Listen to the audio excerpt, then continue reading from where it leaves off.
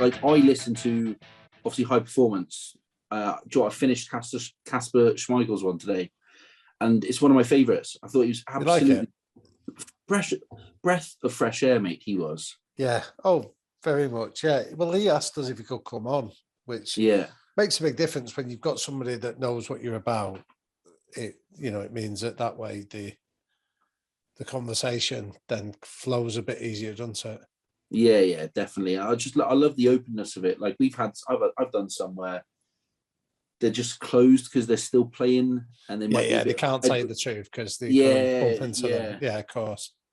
And then you get other ones where they might have finished, or they don't play in Wales anymore. They play in England, and the Wales career might be done or whatever. And they just go, fuck it. Like, yeah, this happened. That, like, the one player come to me. I'd met him on a stag. Reece Thomas, his name was. He had a heart attack playing for the Scarlets, and he's had to give up. But he rang me a year after the stag, and I hadn't seen him. He was a loose goose on the stag. Like, I've never seen anyone like it. And he rang me a year later going, I'm clean. I was an alcoholic. I was doing drugs before Wales games. I was this and that. And he used me to tell that story.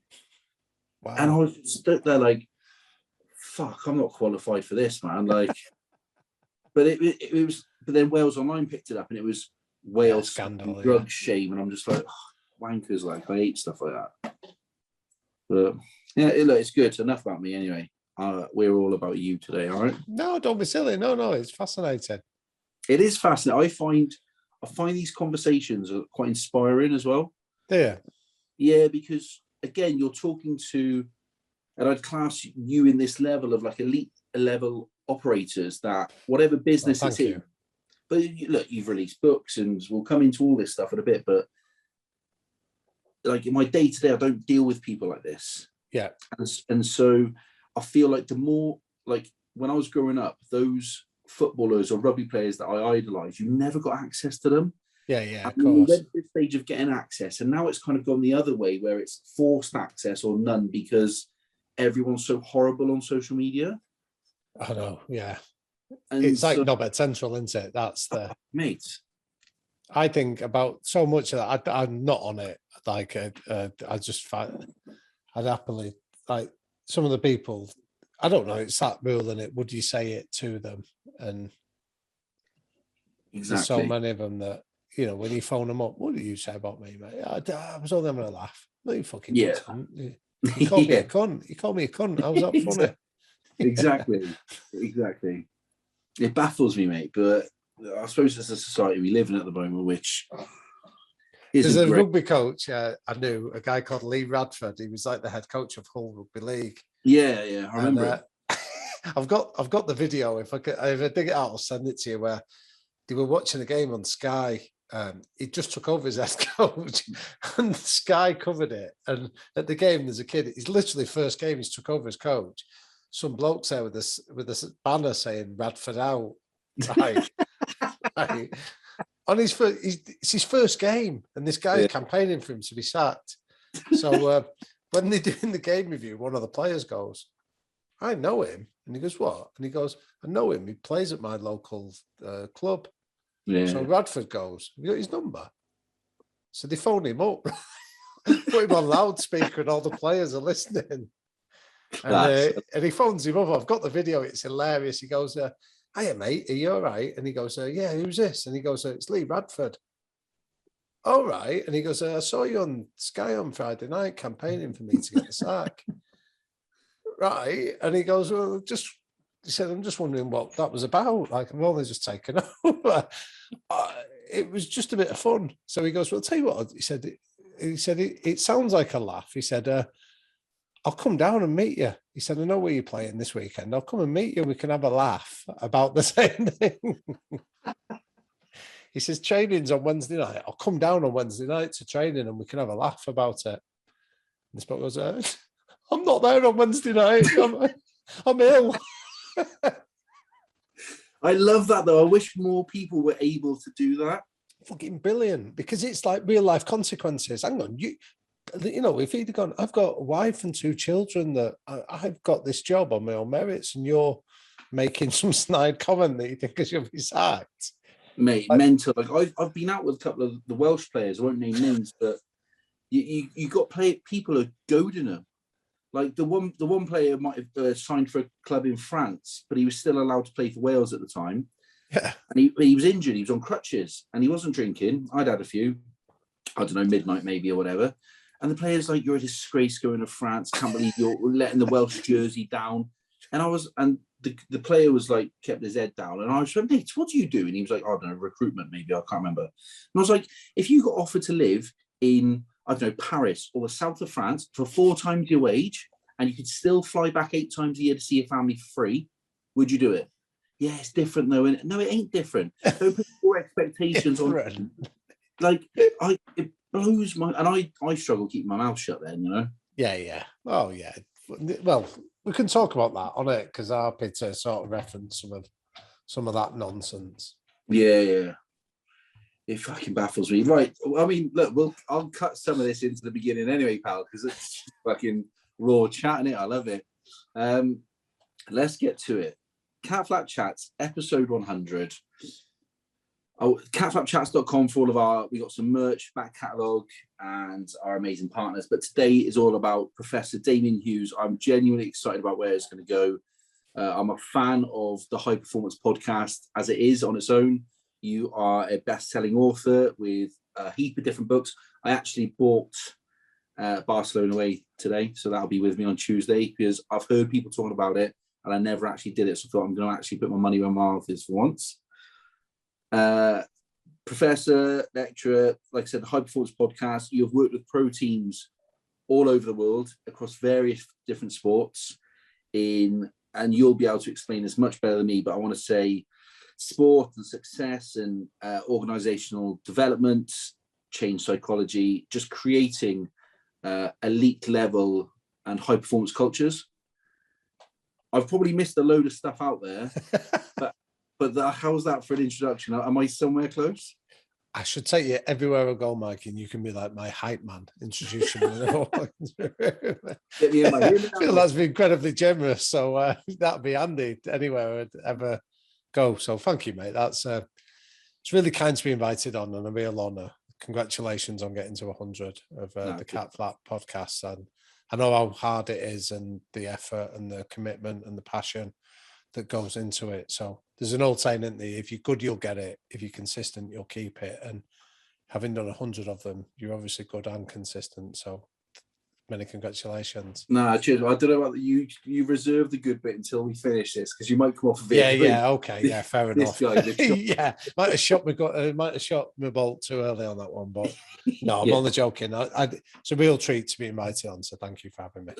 No, I appreciate it. And what's life like for you at the moment then? You've obviously got the podcast, you've got the book that's coming out in, is it December, I want to say? 9th of December, yeah. It's a book called High Performance. Yeah. The subtitle is Lessons from the Best on Becoming Your Best. There is a version of it. And it's about, the idea is it's about taking the principles that we've learned. So myself and my friend and co-host Jake Humphrey, we've done over 75 of these interviews with guys at the sharp end of high performance, whether that's in sport, military, business, or the arts. And the nature of the question we ask is, how do you do what you do? And then we just sit and, similar to what you do, we then listen to the answers that we've given. And what we've done is we've taken some of those principles and said, right, there's a series of replicable and controllable acts that all of these people are telling us. So here's what they are, and here's how anybody that's good enough to read the book could take them and apply them, whether it's for themselves or children or, colleagues or or people that they play sport with, how they can apply the same stuff. I think having listened to, I'm probably a couple behind, but having to listen to a load of them, it's fascinating because I'm fascinated by mindsets. And as we said, earlier, I love these conversations with elite level operators who they're just people at the end of the day, but they've got this thing, and I don't know if you would name it the drive or the mindset or the characteristic, whatever it is. But if you bottled it, you'd be a millionaire instantly because we're lacking so much of it in society where we're in a blame culture and like we're in a culture of like everyone wants something for free and everyone owes them a living. And actually, these guys starting out as I say you and me, we're at various levels of our career, but we both came from the same place. We were both kids once with nothing, and we are where we are. And then you've got elite players, and I was never there. You know, I can't even give it the. I'd have got there if I had my knee was better or something. Like I just wasn't good enough. But I'm okay with that. And what's the next stage? What's the next career? What gets me out of bed in the morning type thing? And I don't think enough people know that. Yeah, I get where you're coming from on it, Mikey. But what I wouldn't do is sort of put their qualities as some kind of mystical thing that you're born with or you're not. I think the beauty is that, and this is the idea behind the book, is actually how do you take some of those principles? So you mentioned that drive. What is drive? Let's explore it. And drive is about motivation that gives you resilience to keep going through ups and downs. Well, every one of our high performers has had moments where they've been put on their arse, where things have gone wrong for them. So what's kept them going back and to improve and get better next time? Well, that's the topic of motivation, one of the chapters of the book, and says, are they motivated by external rewards like big houses or bulging bank accounts or posh, smart sports cars? Well, not really, no. That's almost like the metaphor we use is that's like having a shot of coffee on a sleepy morning. It gives you a wake up, but it's not going to sustain you for the day. So then what we explore is the difference between extrinsic motivation, which is all the posh, shiny objects, and intrinsic motivation, which is what you've just described as that drive that comes from within. And to sustain high performance, it needs to come from within. So then you say, so how do I do it? And then you start thinking, you break it down into research that says there's 3 things that gives you that drive. The first one is you need to have a sense of belonging. So you need to be surrounded by people that share similar aspirations and ambitions as you do. So is that part of your community? Is that your network? The second thing you need to do is have a sense of competence. You need to be able to measure how good you are and then whether you're getting better at it. So you need a good coach there, somebody that's on your shoulder, guiding you and advising you. And then the third thing is you need to have, a sense of control. You need to be able to have the sense that you're working on something that you're really passionate about, that you love at the times and on the opportunities that allow you to go and do your best. So when you say that about these high performers have a drive, yes, they do. But what we've tried to do in the book is break it down and say, so what is that? Rather than just use that abstract phrase of drive, how do I get drive so that I could? Now, the premise of it isn't about saying that you're going to play for the British Lions or you're going to win an Olympic gold medal or you're going to make millions of pounds. That's not the idea, because this doesn't negate the fact that talent gets you so far. So you need to start with a level of talent. So me or you, for example, we're not going to win the next Olympic 100 meters final, right? Because, but our base level of talent wouldn't get us on that starting line. But if we started from where we are and we applied these principles, would we be running faster 100 meters times by doing that? Yes, we would. So we would be doing high performance on our terms. And that's what the idea of the book is about. So it takes principles like motivation and explains how do you do this based on interviews that we've done with someone like Steven Gerrard. So Steven Gerrard recounts a story that when Rafael Benitez took over as manager of Liverpool, he met Steven Gerrard's mum on a plane to Portugal before he'd met Steven Gerrard. And his first question was, does Steven like money? Because he made the assumption that Gerrard was driven purely by financial gain. And the reality was it was a lot deeper than that. Yeah. So we look at things like that. We look at how can you stop getting stuck? So we all sometimes get stuck in patterns of behavior that we do.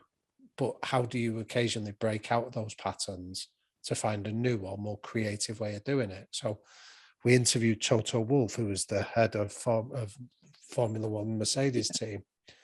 And he came in as a venture capitalist. His first day at Mercedes, he told us about, he said they were an organization that said, oh, we're world class. And I sat in the reception area and there was dirty coffee cups and 2-day-old newspapers.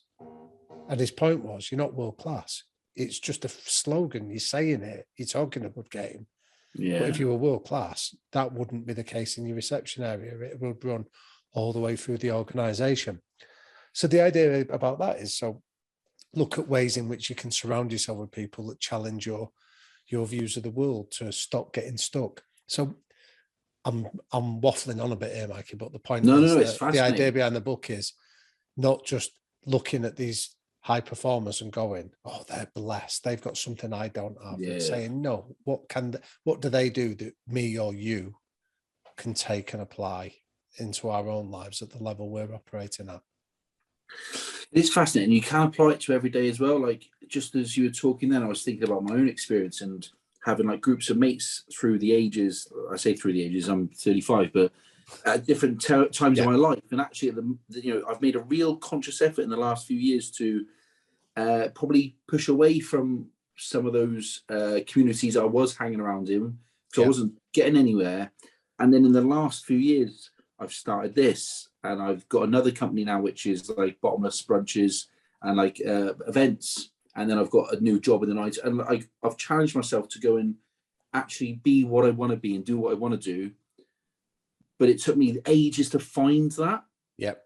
And it took me lots of mistakes, I suppose, where before I probably would have wallowed in it a bit and gone, oh, the world's against me. Whereas now they're almost triggers or drivers to go and explore the next thing and not be afraid to fail. And well, a really good example of that is we interviewed a guy called John McAvoy on the podcast. Yeah. Now, John McAvoy comes from sort of like underworld royalty. Like the McAvoy name in sort of gangland culture is synonymous with sort of big hit jobs and things like that. And this guy grew up in that environment. And eventually he found himself locked up in Belmarsh prison, serving a life sentence for armed robbery.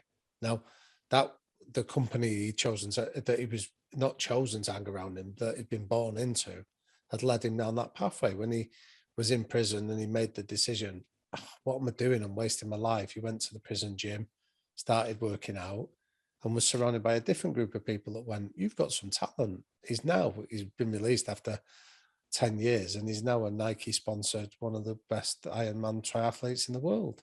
So he's the group he hangs around with is radically different from the one that he was born into. And yet, so the results are there for him to see. And it sounds like we were talking before off air, you growing up in Plymouth in around a certain environment, and now you in Cardiff, the environment and the people around you, I'm sure you're around entrepreneurs, podcasters, people that have got ambition, and they're pushing you on and making you see that there's a different way of doing it. So again, that's not luck, that's not fate, that's you making a very conscious decision to hang around with people that share a similar outlook to you in life. So that process is available to all of us, wherever we're from and wherever we started. And so for you then, I'd love to know your journey into this world, because again, when you're a kid growing up, especially when you go through school, people go, your teachers will go, what do you want to be when you're older? I don't know, astronaut. What? No one's ever going to say a high performance coach or a sports psychology specialist or something like that. That's a level or two above what we would know as a 14, 15, 16-year-old. What was your journey into that, and why have you gone down this path? And talk me through that, because I don't know. I know lots about what you do now. I don't know much about you before everyone's seen you, if that makes sense. You know? Yeah, of course.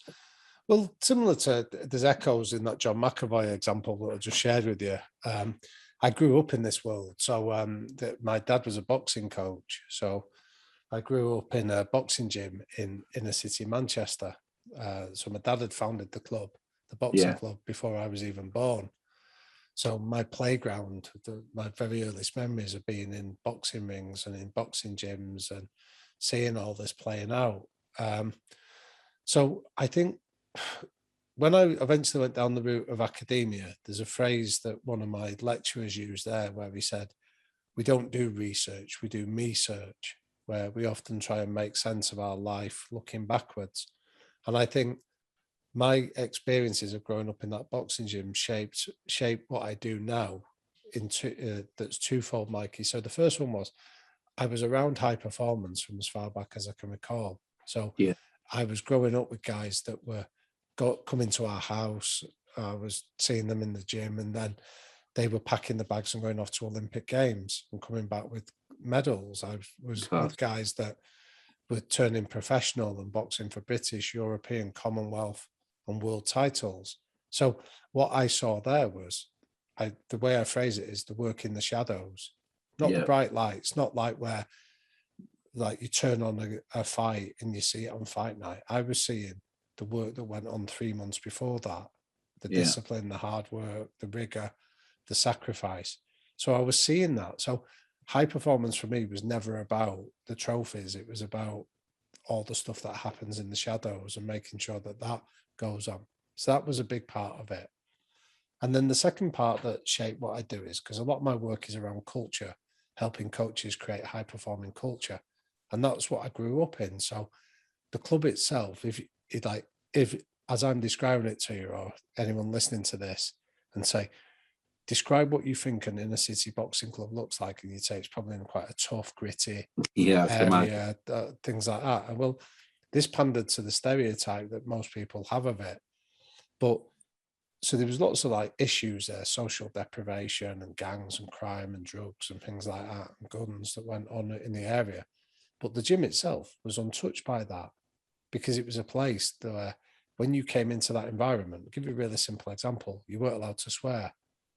Now you get guys that come in there and could F and blind with the best of them, and I can myself. But in that environment, I'd never dream of doing it, because one of our trademark behaviors in the gym was discipline. So if you're in that gym and you can't think of anything to say other than fucking this or fucking that, well, that's a lack of discipline.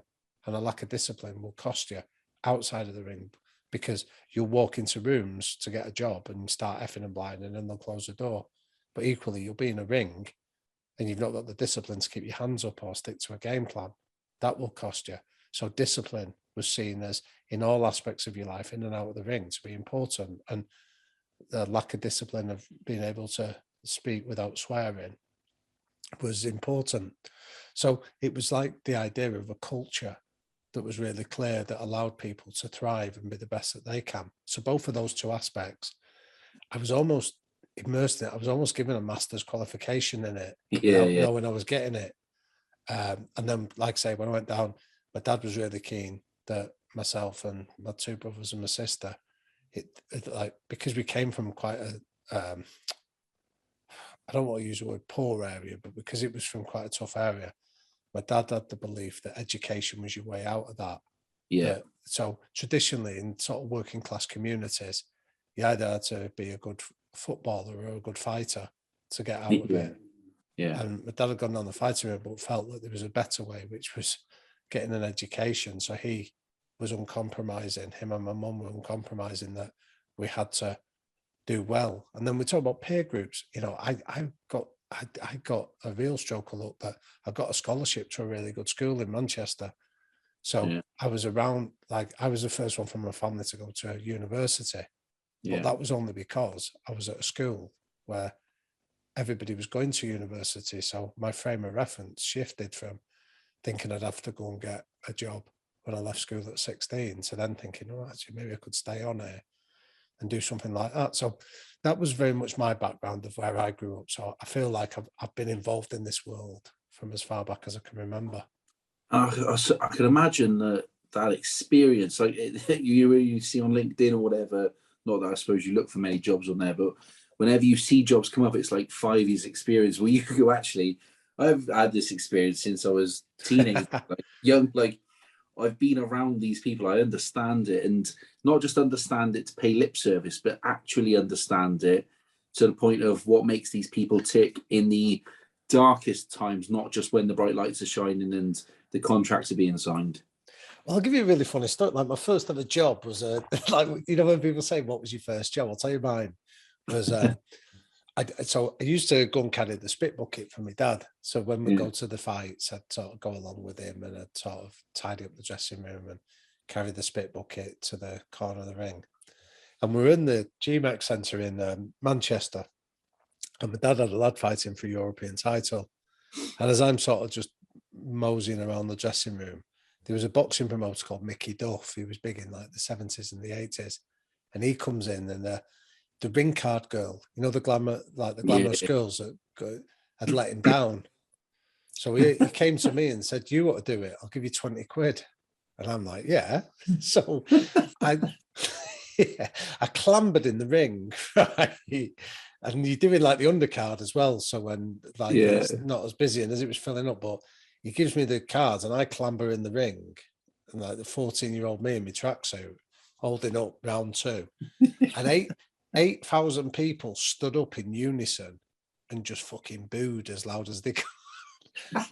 Which, when I think now as an adult, I go, I get it from their point of view that they're expecting some glamorous looking woman to get in the ring, and then you see a 14-year-old scrote like me doing it. Your disappointment's going to be palpable, isn't it, if you've had a drink, especially. Yeah. But that was my first ever job.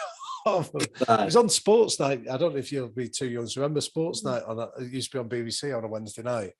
You could see it because the next day I went into school and my teachers were like, "Were you walking around a boxing ring?" I was like, "Yeah, sorry, sir." I love that. Imagine that now on like Eddie Hearn's show. Imagine that, Eddie Hearn doing that. Fucking hell. It'd be all kinds of scandal about it. But yeah, that was my first job. Underage working, like whining. 20 quid cash in hand, go on, get in there. I suppose though, in some ways, like those experiences, they toughen you up a bit and they build a bit of resilience as well. And again, like yes and no. I think, like, I'm sorry, I've jumped in there, so apologies. No, go on. Say what you're going to say. No, I was just going to be around, like, you see kids nowadays and they don't get to experience these things or the real world because they're either mollycoddled and wrapped up in cotton wool, or they're forever. My daughter just wants to play on a Nintendo Switch all the time. Where I'm like, let's get out of the house and go and experience stuff. And I don't feel like people experience things as much as they used to, but these experiences, they build you kind of into who you are, and you build that resilience and you build that that mindset without even realizing, especially from such a young age when you're a sponge. Sorry, sorry, I was interrupting you, and that was rude of me, so apologies for that. Right. But I think your point is right. So what I'd say is, I think these experiences don't make you resilient. I think the experiences and then reflecting on them makes you resilient. Do you know what I mean? Because I know lots of people that sort of maybe have had these experiences, but then just never stop and think, well, what did I learn from that? What went on from it? So, like, I'm sure you're like me. I'm sure you know lots of really smart young people, and equally, you know lots of stupid old people. So I don't think experience alone makes you wise. I think experience plus reflection makes you wise. So I think the world is different these days, like you say, for your daughter, for my children, that I've wrestled with this quite a lot, that because you grow up in an environment that my children grew up in quite a different world than the one that I grew up in. But then I go, but that's deliberate because I want them to have, because theirs is a different world. It's just different. It's not better or worse. It's just different. But what I think we can do as parents is really inculcate with them the values that you grew up with. So I'll give you a really simple example. That I remember once when I was in the boxing ring, I was about 13, and I got put in a ring with a lad, and I was overmatched from him. And in the first probably the first 30 seconds, I realised I was better than him, was stronger, faster, tougher than this kid. Now, in a situation like that, when you're sparring, the sort of the standard practice is you slow down and you work with them to help them. But I was a 13-year-old knob, so I didn't, and I took a liberty. So I was throwing big shots at this kid. I was hurting him, stepping around him and doing what I did. And when I was due to climb out of the ring after 3 rounds, my dad comes over and he goes, "Where are you going?" I went, "I've finished. I've done this sparring." He said, "You didn't spar there." He said, "I want a proper spar." I said, "Get back in." And he put a young professional boxer in the ring with me. And for the next 10 minutes, Mikey, this guy just humiliated me. Didn't hurt me, but he just absolutely humiliated me. He rinsed me. He sort of made me miss. He sort of kept jabbing my head back. He just made me look the dick I was. And when I got out of the ring, my dad said, "How do you feel now?" And I remember I couldn't speak. I was that upset by it. And he went, "How you feel now is exactly the same of what you did to that lad before. And he said, don't ever, ever bully anybody again. Now, I'm telling you that story 30 odd years later, and it still makes the hairs on the back of my neck stand up and think, never do that. So one of my values is just be kind to people. Don't matter where you're from, just be kind. So I want my son to get a good hiding off a kid like I got? No parent would want to see that, as I'm sure my dad didn't. But can I actually teach him that lesson in different ways? Yeah, definitely. You know, so like he did school sports day earlier this year, and he's at a good school, and they'd put him in the sprint, and he said to me that before, he said, Dad, I think I'm going to get hammered. So I'm not bothered. I'm not bothered where you come in that race. Well, what I want is you get on that start line and you try your absolute best. You run as hard as you can for as long as you can. And if you do that, that's success. And he went, right. And he did. And he came last. But what he was more upset about was the lad who won it and started taking the piss out of him and laughing at him afterwards. And I said, well, what does that teach you? That teaches you that kid has got a big gaping hole. He's a dick because he's taken a position of power and he's abused it. He's beat you, and that's not enough for him. He's then got to try and rub your nose in it. So what that teaches you is don't be very careful in the company of somebody like that. Be savvy about it, because that's not what. And remember how horrible it feels. So don't you ever do that if the opportunity is there. So that value, if you know what the value is, you can try and teach it in different ways that without having to try and replicate the same world. Yeah, your point on boxing. Were you quite tasty as a kid then, in terms of boxing and sports yourself? Was I tasty? No, I was a trier. So I was a trier rather than being particularly good at it. I was all right. Yeah, I tried, but I wouldn't. I'm not one of those that, you know, we were laughing earlier, like the older you get, the better you were. When I was a kid, if I hadn't had that, I'm not sort of in that delusion yet. But I think a big part of it is just, you can still learn an awful lot about yourself in situations like that. So the amount of times I find myself using boxing as a metaphor with my children, where I'll say, you've been put on your backside, take an 8 count, tuck up, keep fighting. That kind of thing is like those references are my go-to ones. I love boxing. I've had a few fights. Have you? Yeah. So I had a couple as an amateur. Well, I went to go into the Welsh Amateurs as a heavyweight, but I tore my bicep off the bone, and I've just never been able to do it again properly since. But I know a couple of matchroom boxers based in South Wales, so I'm quite privy to like the insides. I love boxing gyms because there's always someone bigger and harder. Yeah. All the egos are left outside the door, and if they're not, they're soon found out and sorted out, and then it's done again. Like no one keeps the beef and it carries on. It's just sorted out. Yeah. And I love that. And like everything you've said about the boxing and the gym and the metaphors there. Again, you can teach that in real life in different ways, but I'd love, like, when did I start? I think I was 30 when I had my first fight, or 31, right? Wow, that's late. I'd stopped playing rugby because my knees had gone. Good on you, though. That takes balls to do it at that late, is why I'm saying. I got so addicted to it. I loved it, and I wished that my parents were particularly sporty. It was my uncle that got me into rugby at 13. I played football, kind of growing up in rugby, right? I wish I'd found it earlier. Not that I would have been any better, but it's amazing. Like there's something liberating as well about being punched in that controlled environment. That actually it doesn't hurt. It's just you can keep going forward. And again, like in life, something will happen.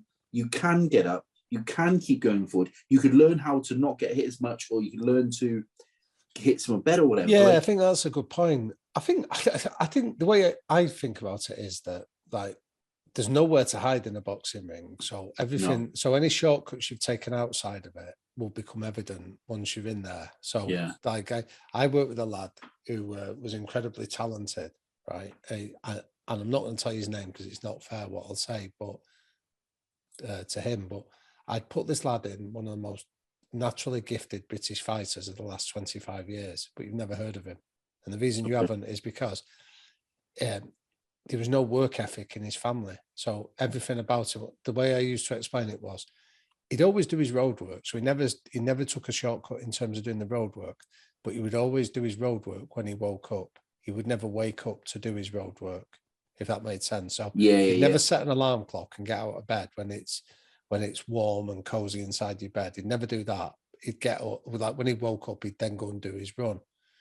But he was always 5 minutes late. He was always something where he'd do it at his time, at his pace.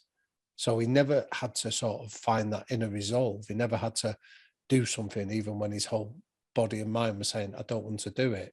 yeah. So he ended up, his talent was enough that got him to a really good level as a fight. And he boxed for a title fight. He was on a Joe Calzaghe bill in Manchester.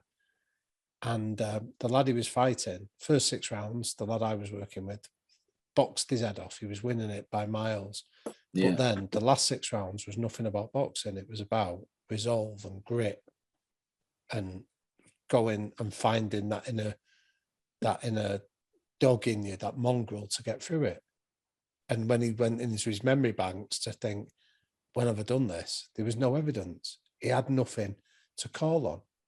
So for that last 6 rounds, he was just in survival mode, doing everything he could to get through it, not to impose his will on it.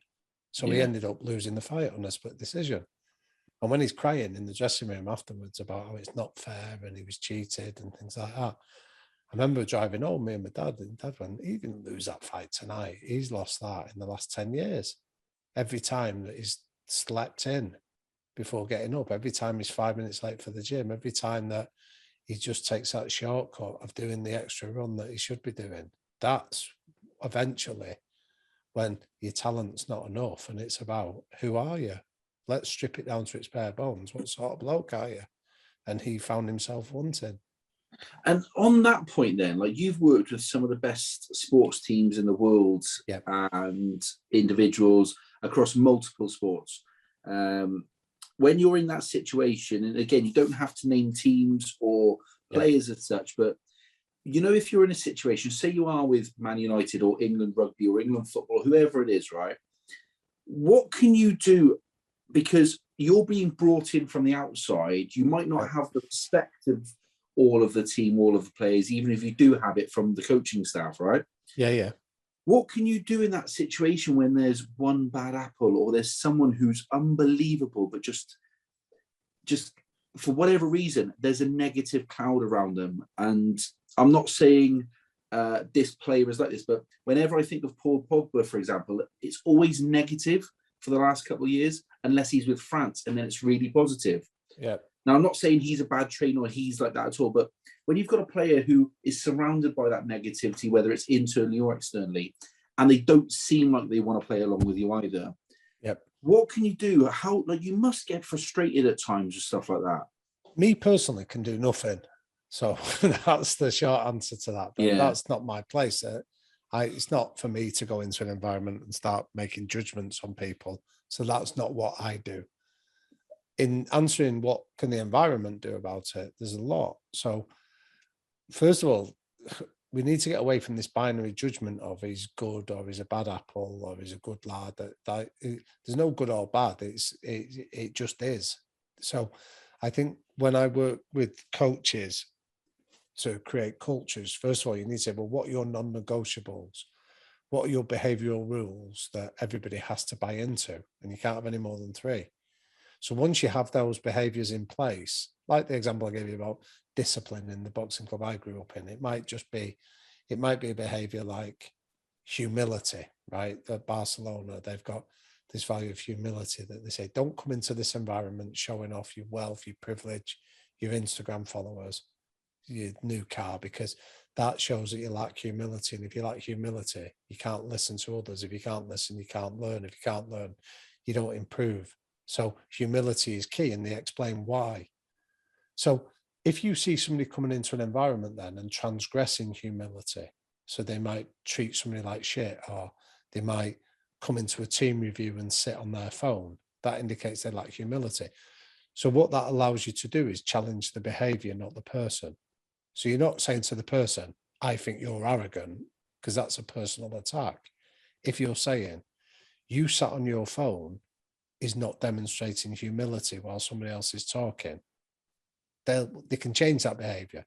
You're not asking them to change the person they are. You're asking them to change their behavior. And if you want to be part of this culture, because we've all agreed that humility is going to be an important behavior in our success, they'll buy into it. Now, if you get someone that you challenge that behavior, so I refer to people that buy into the behaviors as cultural architects, because they're contributing to the culture, they're making it better. But anyone that wants to transgress that behavior or undermine it, they're cultural assassins. Because they're trying to break it bit by bit. But the important thing, though, Mikey, is that you don't ever attack anybody as an individual and don't label them as good or bad. The point is, you can challenge behavior without challenging the person. I can disagree with what you behave like without thinking you're disagreeable as a person. So it's always like in an environment like that, but that's not for me to challenge it. I can help coaches and players challenge that behavior, but they have to do it because it's their culture. As you say, I come in as an outsider, so it's not for me to come in, because you come in and start doing that, you're the first one that they'll just say, on your bike, get out. You don't want that. Do you, like, again, like in that situation there, when you've got I don't know, a football squad might be 30 players, maybe 20, 25 players plus a few academy or whatever. Yep. That culture, everyone uses the term culture nowadays, and I think people sometimes get a bit confused. Culture isn't the ping pong table. It's not the free coffees and stuff. Yeah. Is it led by the players or is it led by the coaches? Like both. Well, it can be either, but in the book I was describing earlier, I've used a story from a guy called David Foster Wallace, who talks about an old metaphor of two young fish are swimming along one day, and they swim past an older fish, and the younger fish go morning, and the older fish goes morning, lads. Water's nice today, isn't it? And the two younger fish carry on swimming, and then one of them turns to the other one and says, "What's water?" Because the point is, that's just that it's all around them. They don't know they're in water. And that's what culture's like. Culture's all around you. Culture is in everything you do. It's how you treat people.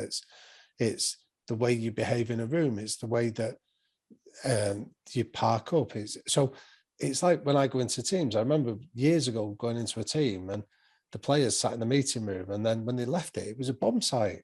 And the coaches then started picking up, and I went, "What are you doing?" And they were like, "Oh, just tidying up for the next meeting." I said, "Get them to fucking tidy it up.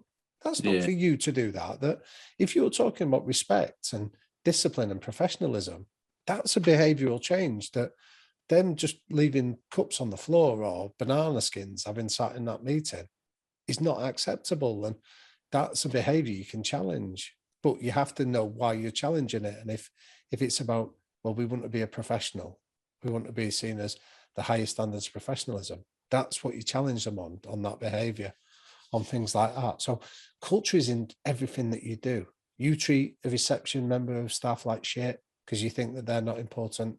That either enhances your culture or weakens the culture. It's not going to make or break it on its own, but the way you leave the weights out in the weight room, that either enhances it or it weakens it. How you handle a defeat either strengthens or weakens a culture. That's all it is, and it's in everything that we do. Do you remember, like, when you first walked into that professional environment on your own?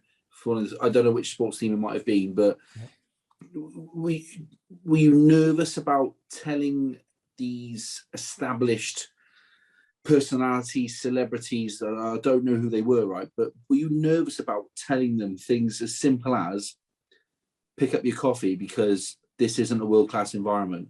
And like, do you still get that same feeling now when you walk into a new team for the first time? Yeah, it's a good question. I guess, yes, in short, yeah, still get nervous, still get sort of like the butterflies, have to take a deep breath before you walk in there. But it's not because I'm going to walk in and say that's not good, because again, who am I to do that? The first thing I say, like when I work with a rugby team, I've never played rugby. I don't understand rugby that well.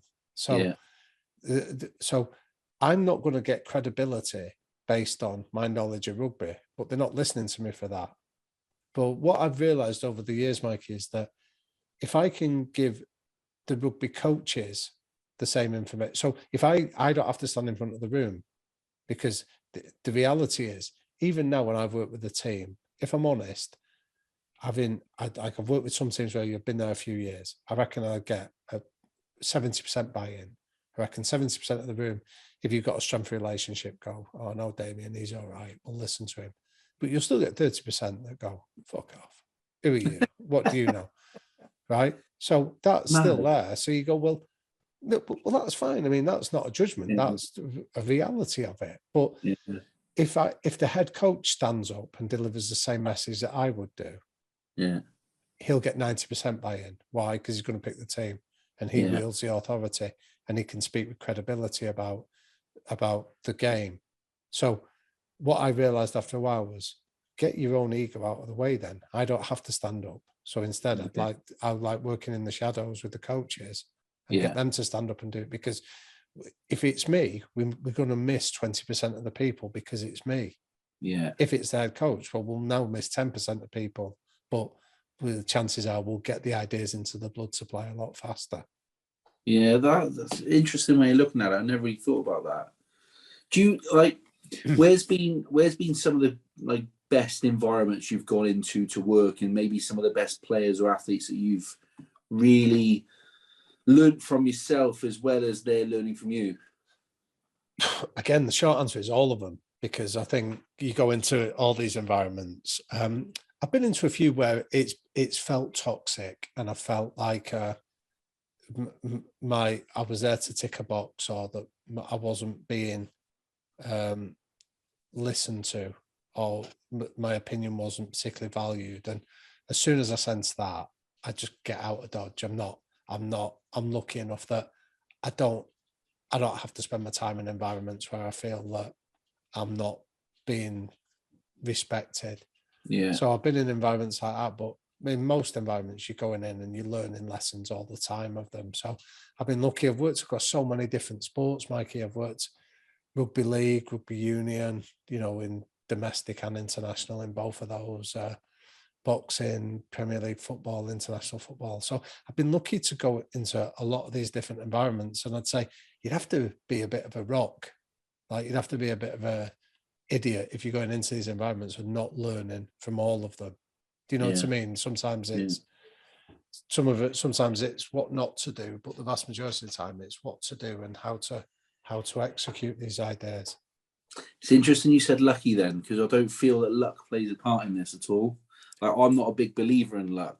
You kind of, the busier you are, the harder you work, the luckier you get. Yeah. I agree to an extent. I suppose when I talk about luck there, I feel really blessed that I feel like I've had some real good fortune. You've got to still take your chances when they come. But I think it's probably an indication that I try to have an optimistic mindset, that everything will work out in the end. So I suppose that's where that comes from. But I agree with you. Like, Gary Neville's got that great phrase that he says, in 20 years at Manchester United, he never heard the term unlucky used once. So after a game, nobody comes in, oh, we're unlucky today. No. Yeah. You either were good enough or you weren't. And if we weren't, let's work out why we weren't and what we're going to do to fix it. So I think you're right, on the right lines with that. Yeah, and definitely, I agree with that there. What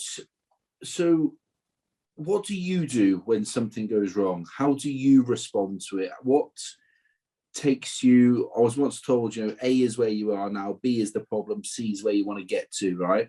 How do you get from A to C as quick as possible? What's your mechanisms? And for some people, it might be, I don't know, exercise, leaning on other people, drink, holiday, whatever it might be. What do you do as a person to? Because some days you might know, no matter how positive you are, right, and how philosophically you look at the situation, every now and again, someone's just done your fucking head and you're in a bad mood. Of course. So I think to answer that question, I'll give you a reference from when we interviewed Robin Van Persie on the podcast. Yeah, I love that one. Really right. Good. Well, thanks for listening. But when he talks about his son.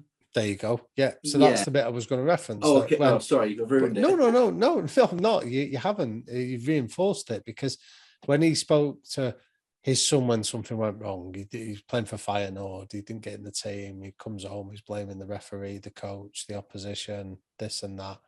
And he said to him, "You sound like a loser, son. I've got to be honest with you, you sound like a loser because you're pointing the finger at everyone." And he said, Yeah. and if you're happy with that, but you're happy with the consequences of being a loser, you crack on and be a loser.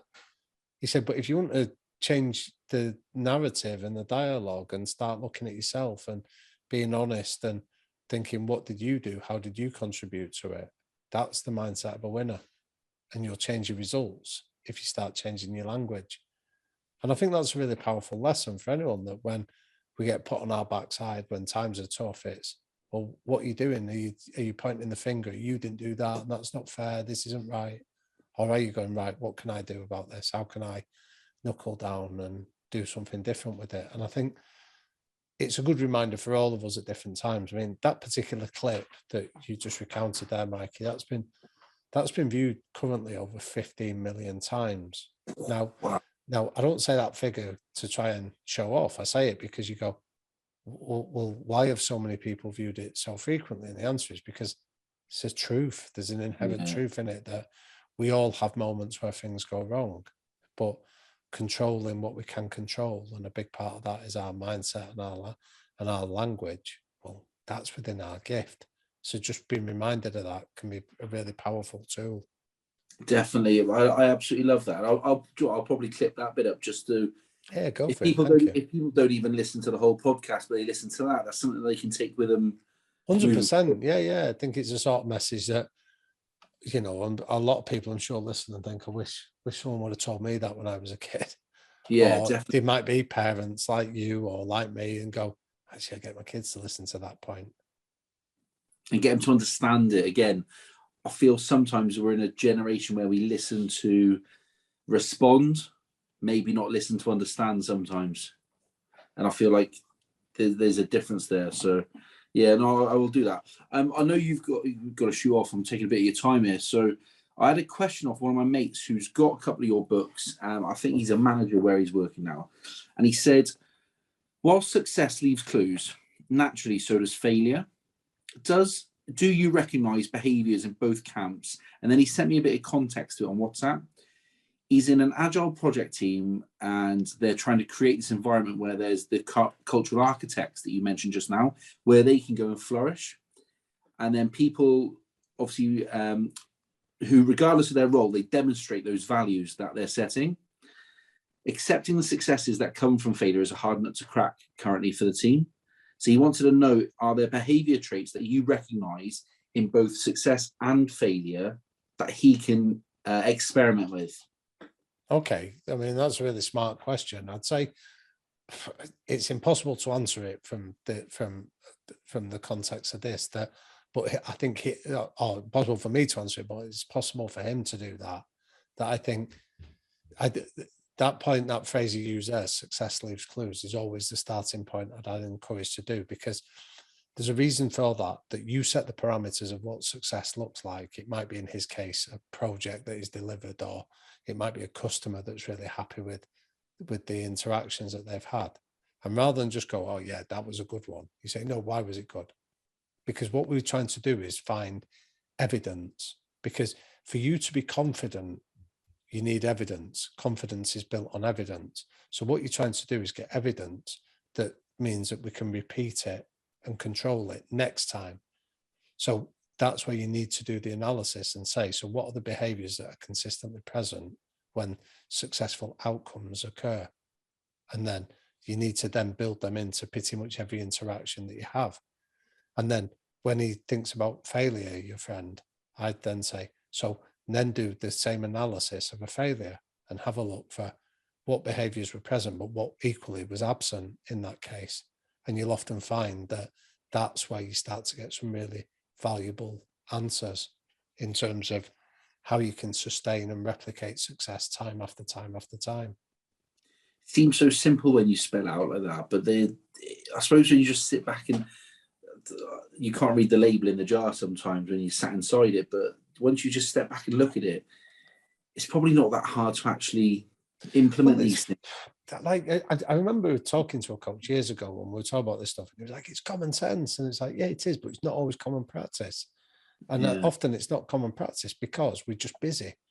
We get blinded by noise and too much stuff to do. So sometimes that's where the value of a role like mine can come in and add it, because you're coming in and helping people take common sense and apply it as common practice, but you have a slightly different perspective. You might be a bit more removed from it. That gives you the ability to do that.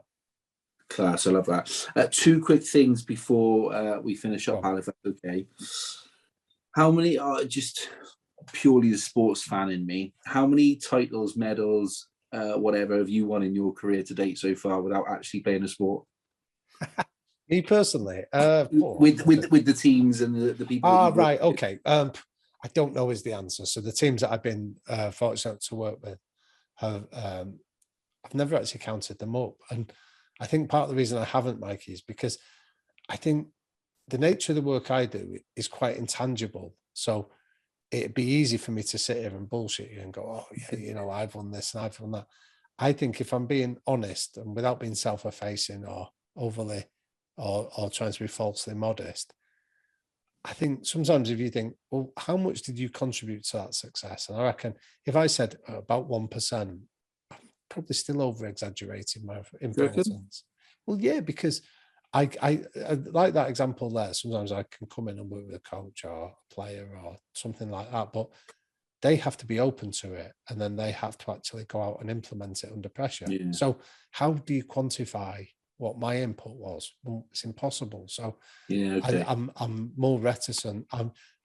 My nature, having grown up in this kind of environment, is on the side of modesty rather than being a bullshitter or a gobshite about it. So the answer is personally none, but the teams I've worked with, they've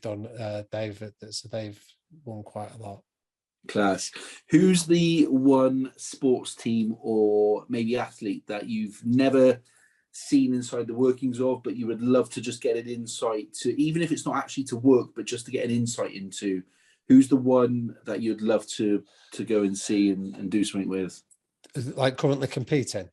Or maybe one from yesteryear as well. Okay, so the one that's currently competing is I'm a huge fan of Lomachenko, the boxer. I think I love him.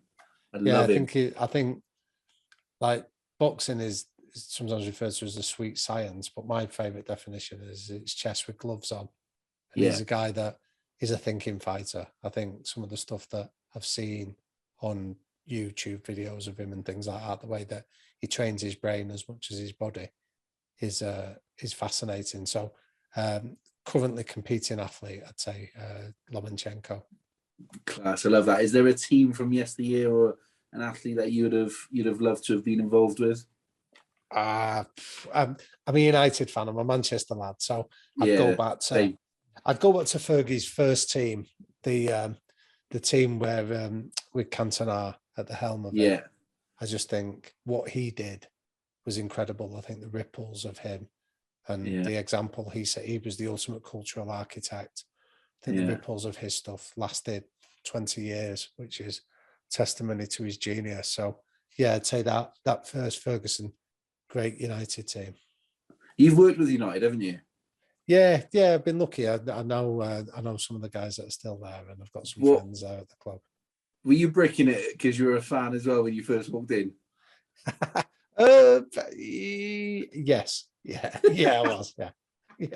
I love that, Claire. Hey, thank you. Hey, what's the future for you then? What we got? Obviously, podcast. You got the book. What else is going on in your world? Where can we see you? What's your social so that people can come and find you? Yeah, I'm not a big one on social media, so I put stuff out there, but don't tend to spend a lot of time on it. So on Instagram, I'm a liquid thinker. But the podcast, the High Performance Podcast, we've got the book coming out on the 9th of December. That the podcast is free. We put that out every week. And in 2022, we're talking about doing a podcast tour where people can come and see live podcast interviews. So then that's. But if people want to get in touch, just go to the website liquidthinker.com. There's a contact page there. They're welcome to get in touch and happy to pick up any questions.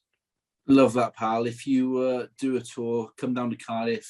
I'd absolutely love to have a beer with you. And I would love that. Yeah, that'd be brilliant. Mate, look, we'll sort out some stuff here. I know a couple of people. We'll have a good old time. Let me tell you. Don't make promises you can't keep there, Mikey. I never do. Honestly. Well, I'm there then. I'll be coming down then. If you're ever here, let me know and we'll sort something out. All right. Brilliant. I'll taking you up on that, definitely.